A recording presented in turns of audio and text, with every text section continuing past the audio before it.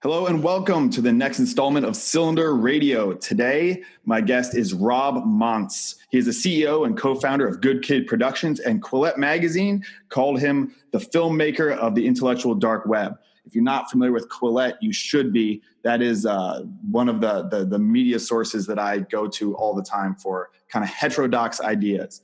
So today, our topic is going to be media. And Rob, thank you so much for coming on the podcast. Thank you so much for having me. We just, are recording now. We just had a nice introduction conversation, and I don't know, man. I am so stoked to have you here because media is absolutely something that needs to be understood in a deeper way. And when I just stumbled across your stuff on YouTube, I was like, Yes, this is exactly what I'm looking for.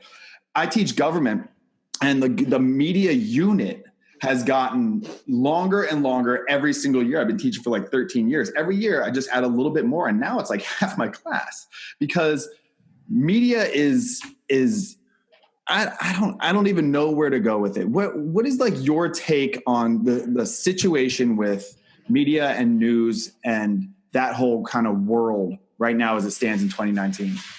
So I'm not going to pretend that I can be some great prognosticator about the movements of the media industry. I mean, my entire career is only possible because of things that have happened technologically in the last 5 to 6 years. When I first started in this, I was thinking that I was going to be a feature-length documentarian, that I'd go get big grants, do big, bulky, 90-minute docs, distribute through film festivals, try to get them in theaters, just a very old school production distribution model. Mm-hmm. And then just the combination of the tools for making videos dropping dramatically, now you can purchase things that have Hollywood studio quality for less than $10,000 on Amazon when you're talking about cameras or mics or editing software. And then the explosion of YouTube and the ability to, for free, put things up that could technically be seen by billions of people. So a distribution model plus a production tool set. And I guess that in combination with some firstborn son of privilege narcissism that just drives me to have to be in front of the camera is what led me to do the kind of things that I do now, which are just sort of these short documentaries that I try to host. And, while you're saying that, I was also thinking, I think a lot also about style. And what I think people are attracted to in my docs, insofar as I could ever know, is also stylistic in that it's like, why the hell can't I have William Dereshowitz, the guy who wrote Excellent Sheep, who has this incredibly devastating takedown of this hyper-pathological meritocratic culture at Yale University? Why can't I have him making his points over a beat from MF Doom or over some sort of independent rap artist? Right. Yeah. Why can't those two things go together? And then why can't the editing style be cut and shot like a rap music video from the late 1990s? Why can't you blend those styles together? And so much of, all of the traditional documentary work that's being put out, particularly by like cable news channels, is all operating on the most staid, bland, predictable format imaginable. And there's almost no innovation. I do think that being able to circumvent the traditional gatekeepers has given an opportunity for guys like me who are looking to blend and innovate new styles, right? Both visually and then musically and then also intellectually. It's like my heroes are Kanye, Christopher Hitchens, and Steve Jobs. Like what does a video look like that is just birthed from the DNA strands of those three people? And the ability to make stuff is that unique is almost purely a function of technological innovation. That was a really long-winded response to your first question. No. That's great. So essentially because of technology, the market opens up and anyone can kind of, get into the game, so to speak. And then the things that'll catch on will catch on, and things that won't. And, you know, I'm a school teacher, and I'm just like, hey, you know what? I'm going to have a podcast, and I can, and we'll see. But does this open up kind of like how social media, you get people who can interact? And if you're like, I just had a conversation with a teacher from North Carolina about teacher pay, and it was a great conversation. But you also get the nonsense of people who, you know, call you out and say, like, I'm going to kick your ass and all this kind of stuff. Like the media kind of gets that too, is, you know, your stuff is the production wise is incredible. Like it feels like you're like a craftsman, but you might not get near the same amount of views as someone who just takes someone else's video and says, you know, Ben Shapiro destroys, and then destroys libtard or libtard snowflake or whatever, or, you know, Trump MAGA, blah, blah, blah, destroys. Like I don't know. Thanks for bringing it up. It's a sore subject. It's gotta be, right? I remember it was like a roast, and Greg Giraldo, who's like one of my favorite all-time comedians. Yeah, of course, yeah. R.I.P. He did a roast of Larry the Cable Guy. He was so angry. He's like, why are you famous? It's like, you keep me up at night. Do you have an element of that? Because your stuff is not that. It's not most YouTube videos. It's incredible. It is something, and I'm not just kissing your butt because you're on the show. You're on the show because your stuff is incredible. And I just like, I want to find out, why are you doing this, Rob? Like, what are you thinking? Do you hope that this will pay off? Is this like the idea? Is it paying off? Or why not just take the shortcut? I have a mortgage and 2 children. This is an awkward time for you to be asking about why I'm doing these things. It's not like I can't do them anymore. I don't know. I mean, where does inspiration come from? What kind of like pretentious answer can I give to this? I think when I started off, it was just something in me thought that combining these influences could just make some wild, swaggerific, hyper entertaining shit. Mm-hmm. That I did think that for combining penetrating analysis with really innovative editing styles and my particular musical idols that are basically just rap artists between 1992 and 1997 mm-hmm. could make a compelling package. It took a while for me to get good enough at the craft to actually make something that matched my vision. And I think since getting to that point, and maybe growing older, it's now no longer just about making the most swaggerful shit that I can. That's part of it. Yeah. But part of it also is defending certain sacred institutions and certain sacred principles related to the American project, which is a very conservative thing for me to say. We can get into that if that's going to be interesting, but like, having learned more and lived more, recognizing America as a miracle, as a flawed miracle, of course, as any human experiment will be, and trying to spend the brief amount of time that I have on this earth devoted to the transcendent project of defending those institutions that have made this place a miracle, both for the sake of the flourishing of my children and other people's children. So it's selfless. It's more selfless than it used to be. Mm. But it's also, you know, part of it is just like trying to make the most wild shit that I can and hope that people like it. Yeah. And I definitely do want to get into that because I'm on a similar path. You know, we both said we both have 2 young kids and we're married and, you know, I don't know what your political beliefs were, you know, before this part of your life, but I'm going to assume it was more liberal or more on the left. And then it was more libertarian. So, I mean, my first job, I moved to Washington, D.C. in the summer of 2005 after I graduated from Brown University to intern at the Cato Institute, which is this libertarian think tank. Okay. So very anti-state, hyper-individual freedom, like, I mean, there's all sorts of obscure anarchist philosophers that I could name that just have various degrees of saying that taxation is theft and that the state is inherently imperialistic and needs to be squished to the maximally smallest size. And my politics have just transformed since then. It's certainly not as libertarian. I'm much more comfortable, particularly with certain social insurance programs, but also conservative in the sense of wanting to conserve a miraculous and glorious heritage. right? That's what conservatism is, protecting something that we inherited from generations before us and that we're obligated to pass along to the generations that will come after us. But it's funny to be like a conservative who also wants to put Biggie Smalls beats into his videos, right? Like it's supposed to be, it doesn't necessarily mean that combination is going to work, right? But people seem to like it. And I think they like the disparate elements of it. I guess more than anything else is I do think people will respond to authenticity, even if that authenticity can be a little bit awkward or just disjunctive. That might be a made up word, but like, that people don't want someone who's trying to replicate Peter Jennings or replicate some other standard issue news anchor, because there is a sense in which that is artificial and there's a falsity to that.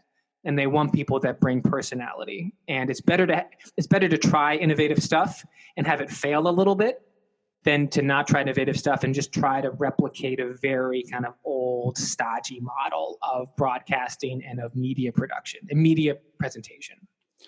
Yeah, I mean, I don't even know what conservative is in 2019 because you've had Jonathan Haidt on some of your videos, and he, said he was like 40 the first time that he realized that conservatives weren't evil.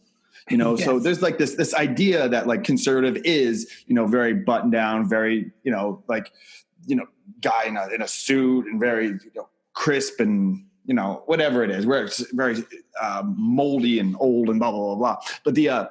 But I don't think that is anymore. I don't know what it is. There's probably that element too, but there's a whole different element that's going on the liberal side. I talked to a former student just last night who was head of the Young Democrats Club at my school, and then went to Berkeley. And he wrote to me, and he's just like, I don't know what's going on here. It's like, it's really weird. He's like, this isn't liberal at all. And it's the kind of the it's Stalinist. Well, I have to say, in your defense and other people's defense, the person who currently heads the party that is ostensibly the party of conservatism is not himself a conservative. That's Donald Trump. He's a New York Democrat.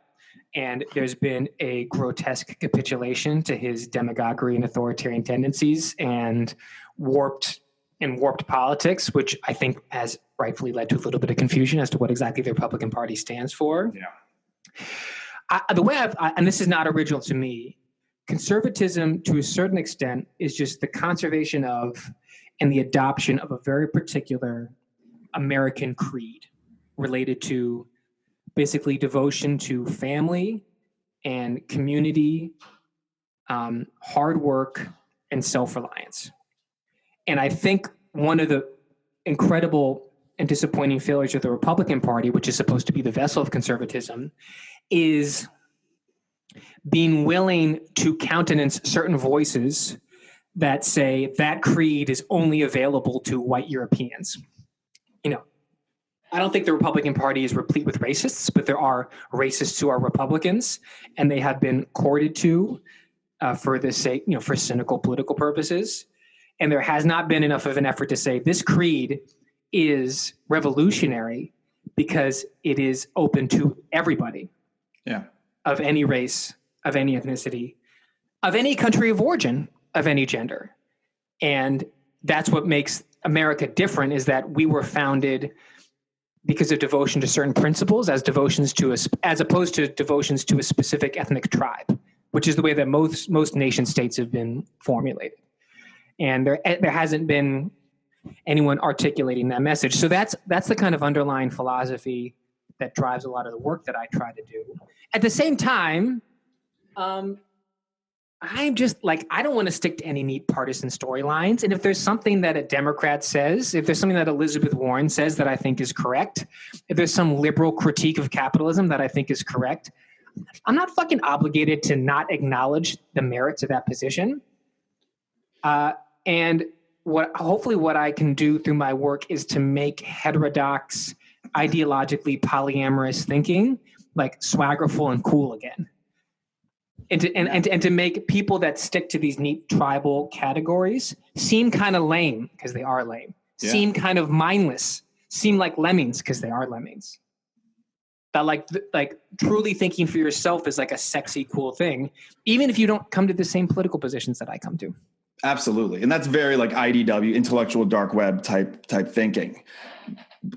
getting back to what I was, asking before is like the path to Insta fame, which equals, clicks and likes and subscribers and cash and ability to provide for your family there's a shortcut there to not do what you're doing.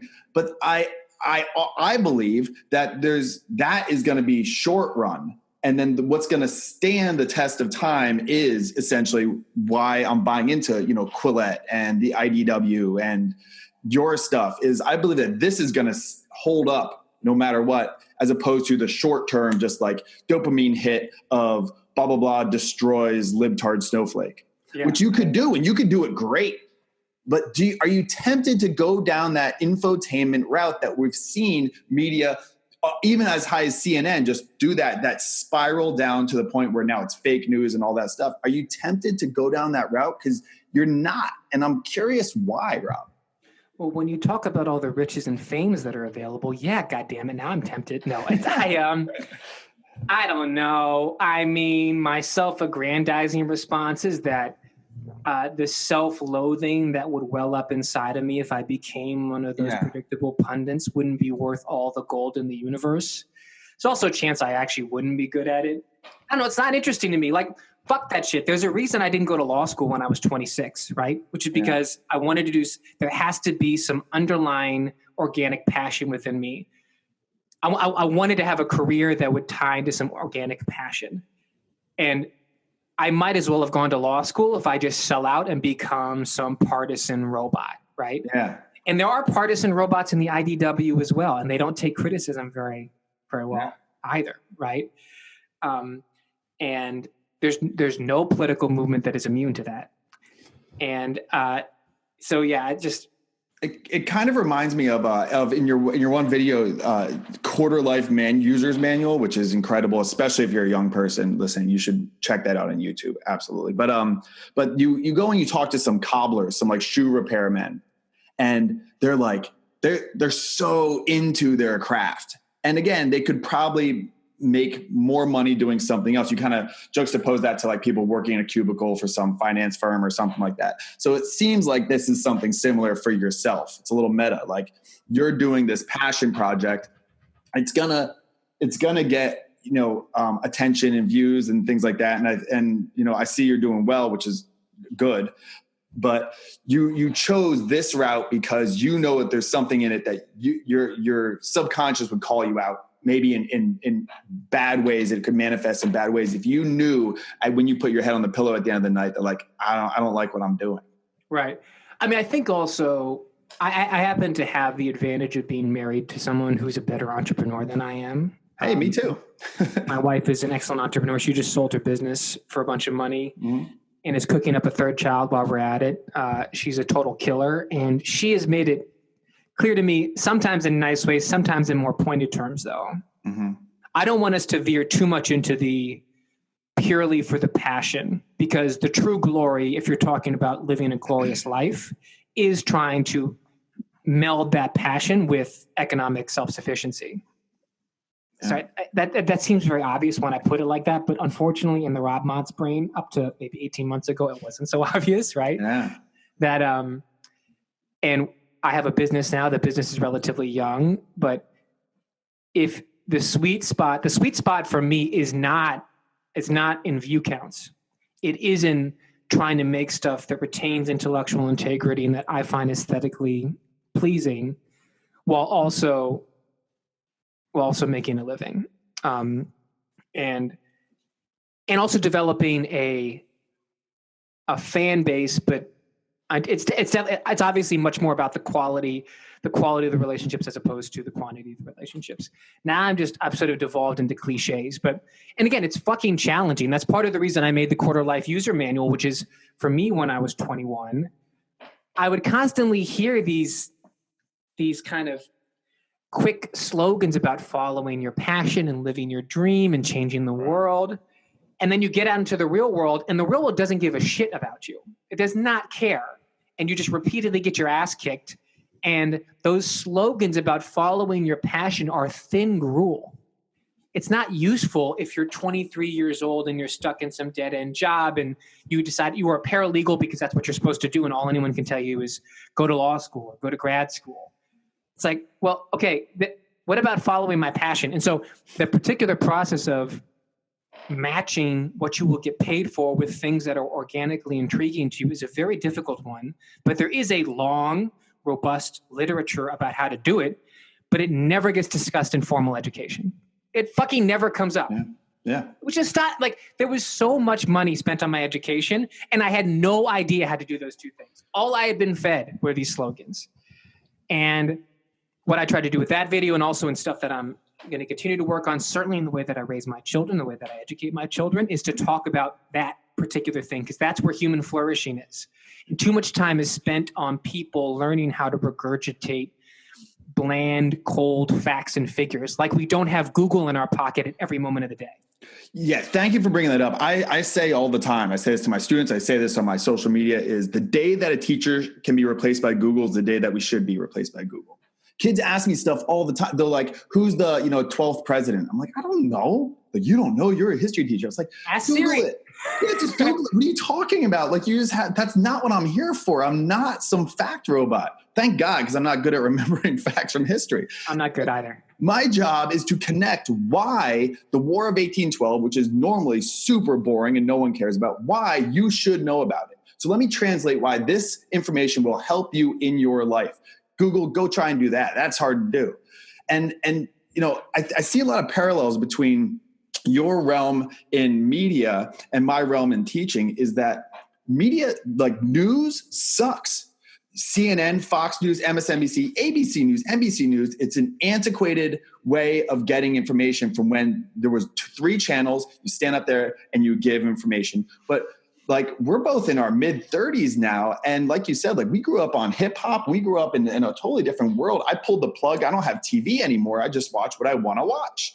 And kids in the same thing. Like, it's the same setup of a teacher standing in front of a classroom and writing on we just went from a blackboard to a whiteboard. That's a big innovation. Wow, this is the gigantic technological leaps. Yeah, but even like, I was at a school before I was at now, a public charter school that was a Bill and Melinda Gates school. So we had tons of money.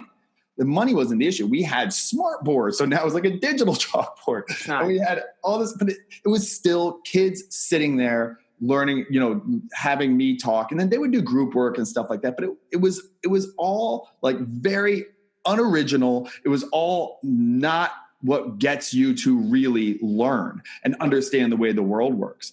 Like the media, I just keep using that word over and over, but let's just say, information sources and things like that. There is a need for something that is attractive to us, to people of our generation, because we're raising kids and who knows what our kids are going to be into, mumble rapper people and stuff like that. God, like, hell no. No little Xanny for my daughter. She's only listening to Tupac and Tribe Called Quest. Don't joke about those kind of things. We know the demographic data when it comes to audiences bear out what you're saying. I mean, the average age for an MSNBC viewer, or certainly a nightly news viewer and like an ABC, is extraordinarily old. Yeah. And I've also seen from other stats, kids under 30, they all get their news from YouTube. Right. It's actually all from videos too. I mean, this is like one part of the business thesis of our company, is they get it from, it's YouTubers, but it's people that they trust, that have unique voices, that don't feel like artifice. But it also, in their defense, young kids do have patience and attention for extended meditations on complicated political issues if it comes from someone that they trust and it's set in an entertaining way. Like, it's set in a way that feels real to them. It's so funny you talk about history, because I was extraordinarily bored by and did very poorly in history all the way through college. It's only now that I've fallen in love with it. I'm 95% of the way through Ron Chernow's book about Ulysses S. Grant. Oh, yeah. 1,000 pages, and it's a total page turner. Like, it's astonishing.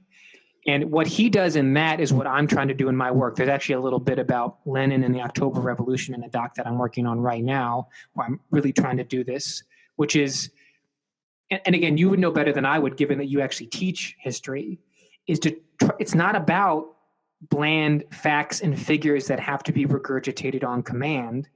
Its history is other people that are just like you, that had the same consciousness just like you, engaging with and overcoming mythic challenges, right? Ulysses S. Grant, it's defeating Robert E. Lee. Mm-hmm. It's attempting to effectively enact Reconstruction on an American South that is still super racist. And Chernow is incredible at bringing you into the lived conscious experience of Ulysses S. Grant. And that's what gives it its life. It's someone that you can relate to. And all my history courses, even my AP history courses, even my fancy courses at Brown, I've never got that. It was always so, there's a flatness to it. Yeah. That I really feel like it was a lost opportunity. Agreed. Anyway. Yeah. And history plays a big role in the videos that I do because it lends itself to the most compelling documentary work is stuff where you articulate an interesting heterodox piece of analysis. You deconstruct something. You have a certain principle, and then you're able to translate that principle into an emotionally compelling narrative. And history just helps you do that. You make a point, and then you have a little 30-second snippet of an actual human being living out that point or living out the consequences of that point or whatever it might be. And it's very easy to visually depict that. In a way that I think a lot of political commentary falls flat is that it only operates at the 10,000 foot level, where you're just talking analysis and you're not bringing it down to the lived emotional reality of actual human beings. Yeah, I mean, but one of the ways I start my class, I have them go over like major events in their life and then how that leads to where you are today and who you are today and things like that. So we just look at history as this is something that happened and here's the lessons to be learned from it. And that's one big thing. And then, the other part of it is, just being grateful for today. There's a lot of young people who, the kids come into my classroom and they're freezing. They're like, it's freezing in here. I was like, guys, it's 67, not freezing. And then you learn about like California weaklings. So they were like a first down bubble jacket, motherfucker.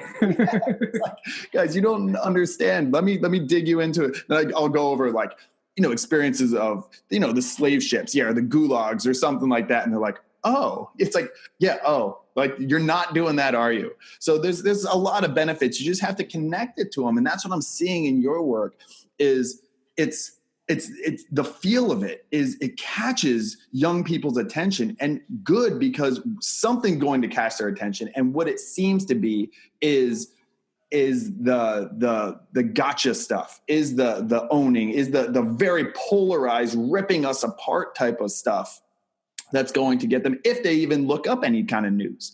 I mean, I don't even know, how many high schoolers are following the news actively. Like a lot of my students aren't. So yeah. So like just giving them that information at that age too. I mean, and it's understandable. Of course. But then you get to what happened you did a great video on Yale, but that's a common thing on college campuses of, the very, very progressive movements that are going on just have a very fundamental lack of understanding of history and of the world as a whole. I mean, Jonathan Haidt talks about that in his book, Coddling of the American Mind, which is just spot on from my experience. And I don't know if you experienced that at Brown. Brown is like, that's the pinnacle of the. Well, yeah. The thing is, I mean, part of the reason that I talked Woke University. Right. Well, for the chapter before that, this is in the Silence You series that I did for We the Internet TV. Yale is number 2, but the first one was about Brown. That actually wasn't my experience when I was there. Because of course that it had a liberal bias, but I was I talk in the video about how when I was in college, I'd never known less about the world, but also never had more confidence in my opinion about it, right? And so I'd read like 1.5 Ayn Rand books and suddenly discovered the ultimate truth of everything related to politics, art, and life. So I was insufferable, as far right as imaginable, but there was not that censorious antagonism. There wasn't. And there was, the politics bled into the classroom a little bit, but what Haidt and Lukianoff diagnose is that it's right when Gen Z enters college, which is like the year before the Yale Halloween costume meltdown. that this stuff really ramps up. And it's a combination. It's like 5 years ago. It's not that long ago. Their psychological vulnerability, a certain strand of radical politics that had long been incubated by the academy, period. And then also these structural weaknesses in the university that have a lot of administrative overhang, a lot of bureaucrats whose only mission in life is to replicate themselves.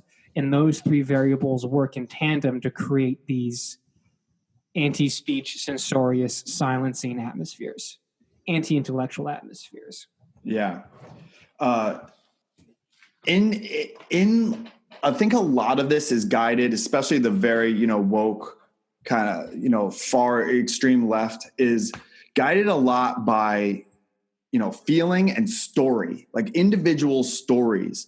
And Jonathan Haidt, who I think we both respect, a very credible psychologist, says that the human brain is a story processor, not a data processor.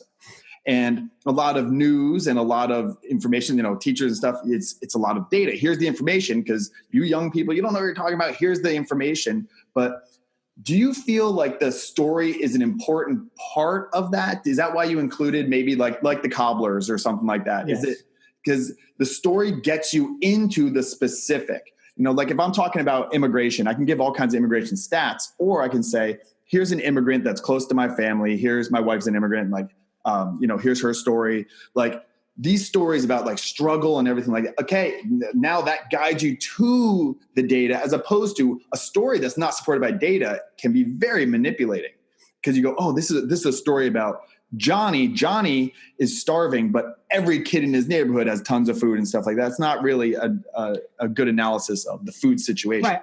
On the immigrant thing, our lovely president loves to do the anecdote picking when it comes to immigration, because he'll find one single 14-year-old white girl who was killed by a Mexican who had overstayed his visa or whatever. And that's supposed to be proof positive that we have an upsurge in immigrant violence on the border, which is definitively not true, right? Right. So you do have to be careful with it. You want to retain some intellectual honesty. But yeah, the only way you can make stuff emotionally compelling, it's not through facts and figures. It needs to be hoisted onto there, like that Yale documentary. I have specific data related to the growth of the administration at Yale, but it doesn't come until after I've already emotionally hooked you. Yeah. And I think also, if I'm trying to make things that can be as palatable to a large audience as imaginable, there's going to be a certain slice of people, because of their politics, that are instantly going to reject it. But if you're people that are more moderate and on the left, the way to get to them is not to start by badgering them over the head with my data. It's first to tell a story, and you can drop people into the subject through a narrative. And then once you've hooked them and you've earned their trust and earned their attention, you can start building the analytical case. That's how it's supposed to work in theory. I don't always successfully pull it off. Yeah, I mean, I think a lot of the people who are progressive, and not all, some of them do have, bad intentions and stuff like that, I believe, are very angry with other factions of the country. But there are a lot of people who mean well. And again, it's kind of like a shortcut. It's like, I care about, trans people not being hurt. It's like, who doesn't? Of course. So let's push this kind of, hate speech laws or something like that. It's like, well, no. Here's why this is actually going to be worse for a whole bunch of people. I like Tim Pool. He does good news. Yeah. Good like news journalists and stuff like that. But it's very just like direct, here's the information kind of stuff. But I like, he does that a bit with telling, showing the nuance of, you think that you're helping and this is how it's hurting, which is like, and I think hopefully that'll get to some people on both sides, conservatives too, to say, I didn't think about the unintended consequences. And a lot of history, going back to what I do, is about unintended consequences. You mean to do well. Well, here's how it turns out really, really, really bad. The opposite of what you're intending. And that's an important part as well. I'm reading about the Soviet Revolution and Leninism and the attempts to build a workers' paradise. Mm-hmm. I'm right now in the thick of the tragic unintended consequences of that, right? But that's also that what you just said informs another key feature of my conservative politics, which is a kind of radical epistemic humility. It's a recognition of the limitations of not only my mind, but everyone else's minds, and a willingness that I try to cultivate in myself that at least 5% of my brain is constantly entertaining the notion that I'm a moron that doesn't know what I'm talking about. You don't want it to be a debilitating percentage, but I think about 5% is good enough to keep you honest. Anything less than that and you risk becoming an ideologue. And that's an essentially conservative disposition where you look at extremely complicated systems like the American economy or the healthcare sector or even the education sector, and you don't operate under the delusional hubris that your brain can produce an effective solution for a system that is that complicated, right? It's kind of it's a recognition of the limitations of human knowledge about what we can and cannot control. And it's that hubris that ultimately drives these grander technocratic projects that inevitably produce adverse consequences. In the case of Lenin, that's millions of dead bodies. But right. Last time we were talking with my father-in-law about the Vietnam War because he works in the military and he helps provide therapy to guys that are suffering from PTSD. These are men that served in the Vietnam War that 30 years later are still suffering debilitating psychological consequences because of what they saw. And discussing that same hubris that has been well documented that drove that involvement and the amount of futile, unnecessary suffering and death that is caused by these grander hubristic projects. Okay. It's a theme of history. Yeah. Yeah. Like, I think that's something that, again, where there's parallel between our two kind of chosen professions is how many people in media are going to be making a doc and then they realize, you know what, I gotta have some humility here because I'm pushing this idea and it might be wrong. Or, teachers hate getting called out, like, Mr. Roosh, what you said is wrong because of blah, blah, blah. And they just fight as opposed to being like, it is? Oh, cool. Well, let's, I don't want bad information. I want it for 1 second longer than I have to. Like that element is that's the stuff that people latch onto. And that's what makes you real. But, how many times do we see in, like, let's say mainstream news, how many times did Fox News call out, Trump for doing the bump stock ban? No, they're not going. That's their guy. They have to hold on to that guy. And then CNN, how many times are they going to say, prison reform, well done? I think Van Jones did it and was just Hillary. Yeah. Like, that's the thing is you can't admit fault, but you have to be ready to assume you're wrong. Otherwise you're not taking any risks. And maybe that's another element of what we're seeing in media is they're not taking the risks to possibly be wrong and be proven like, well, because everything's on video now, you said this. It's like, yeah, and I changed my mind. I got new information. My favorite articulation of this actually comes from a pretty famous venture capitalist by the name of Mark Andreessen, who's just made a lot of money. And he says that his investment philosophy is strong positions loosely held, which is what I try to go for, which is obviously to make a compelling video, I need to have a strong opinion. It can't be both sides. There's a way in which you can be too nuanced and stuff just gets mushy. But at the same time, have some level of detachment from your own convictions where you are at least open to the possibility of being wrong and trying to constantly keep that equilibrium, but also to try to make living that equilibrium inspiring and cool and entertaining, because that's the only shit that I watch and read now is things that fit within that space of an epistemically humble space, a recognition of the limitations of one's own knowledge and the potential merit of an opponent's political positions, right? That's the only stuff that's interesting to me. I don't need to watch another Shapiro owns libtards video, right? Yeah. I certainly don't need to listen to another, Bernie Sanders monologue, except actually when Bernie Sanders goes and does a town hall with Fox News. That shit's interesting. Yeah, it's more interesting for sure. It's interesting to watch him make a case for Medicare for all, and an awkwardly large percentage of the audience claps enthusiastically for it on Fox News. Like, okay, that's interesting. Give credit where credit's due. But anything outside of that is just not interesting to me. Yeah, people playing it safe and stuff like that. I have a question for you, Rob. Do you feel like because what you do is very you, that gives you a more of a sense of security that someone's not going to like bite off from what you're doing, because there's a sense that like, you can't do what I do. This is me. This is what I do. Do you know what I'm saying by that? I hope so. I hope you're right. Yeah, I think so. I know. I mean, I don't know, Will. I think so. I think hopefully that is an accidental professional benefit where from day one, at least my willingness to indulge my genuine intellectual and artistic passions makes me immune to copycats. Yeah. I mean, part of why I started making what I was making is that I didn't see anything like it online. And frankly, I still don't. I'm still mad unimpressed by what's out there. Yeah. Yeah. I mean, I think the best video and the most successful video operations is Vox, which has a huge subscriber base.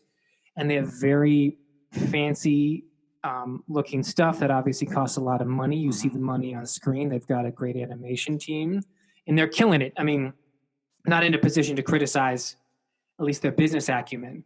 But as far as like quality of analysis, yes, I'm a little underwhelmed. Like it oftentimes comes down to someone just towing a very predictable progressive line, which I know wasn't the original intentions of Vox. But outside of that, even YouTube channels that I'm more ideologically aligned with, I'm mad unimpressed. And I continue to be. Like I'm trying to make stuff. I mean, I guess my advice for particularly young people that want to get into the arts in any capacity, start by just trying to make stuff that you would like. However, the challenge of that is, and actually Ira Glass has by far the best articulation of this, when you first start, there is going to be a gap between your abilities and your taste, where you're trying to make stuff that you'd like, but you're not good enough to do it. And what really separates people that can make careers in the arts from those that don't are the people that are willing to power through that gap, which can take a couple years. It might even take a decade. But then you get on the other side of it and you can finally make stuff that delights you. Well, yeah, because you look at Vox and you're like, this looks great. But then all it takes is a couple of people who have a more nuanced idea of it. And they go, yeah, but this is false. And then all of this production is like, well, but this isn't supported by this very important study or by this person, blah, blah, blah, blah. And then it all kind of crumbles. But yeah, like if you have both, it's the level of production and the ideas. And it's hard. And like you said, like you're not impressed by what's out there. I agree with you. And it's also honestly why I started my Instagram and why I'm doing this podcast is I haven't seen this. I like follow teacher hashtags. So it's like, teaching high school or history teachers. And I'm just like this. Yes, this is all that's wrong. If someone was doing what I'm doing, like I'm not getting paid for all this social media stuff. Like I'm doing this to try and build something that I don't see.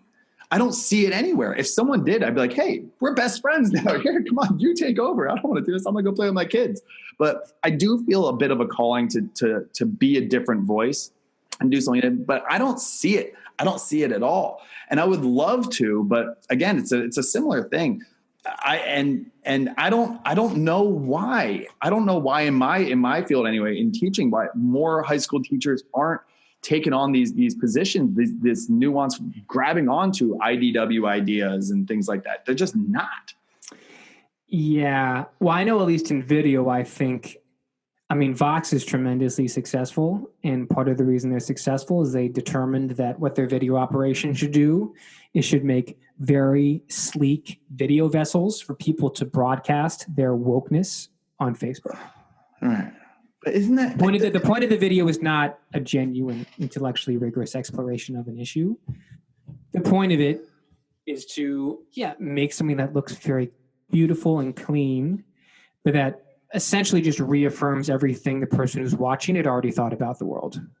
Yeah, but why aren't more people doing what you're doing? Like even with just their style though. Like I don't understand why. Well, we're trying. Yeah. And if there's a market for it, Rob. I really believe that there is. Yeah. Yeah. It just doesn't make sense to me. Even at the schools I've taught at and stuff like that, the school I'm at now, like the kids flock to these ideas I'm talking about. I'm reaching out to teachers on social media, like, here, try this stuff. I'm telling you, you will get people listening. Kids who normally are just on the back on their phone will listen to you if you tap in this way. It's a path to some sort of success. Like if Vox took a more nuanced view of the news, they would do better. Maybe, but they'd be like, yo, Will, we've got almost 5 million subscribers. We're doing okay. We're doing okay. Yeah, short. Maybe I'm thinking long term as opposed to short term. Yeah, I don't know. The wokeness idea will crumble. I believe it will, but maybe not. But I believe it will. So maybe they're just striking while the iron's hot. I don't know. For Good Kid Productions, part of what we're trying to do is make stuff of that production quality that is more heterodox / center right. That's the whole idea, that there's a gigantic hole in the market for things that have that level of production quality and beauty and intelligence that are on the right side of the political spectrum. Yeah. That's the whole. So I hope you're right. If you're right, it's good for me and it's like good for my kids, right? Yeah. It's good for their inheritance.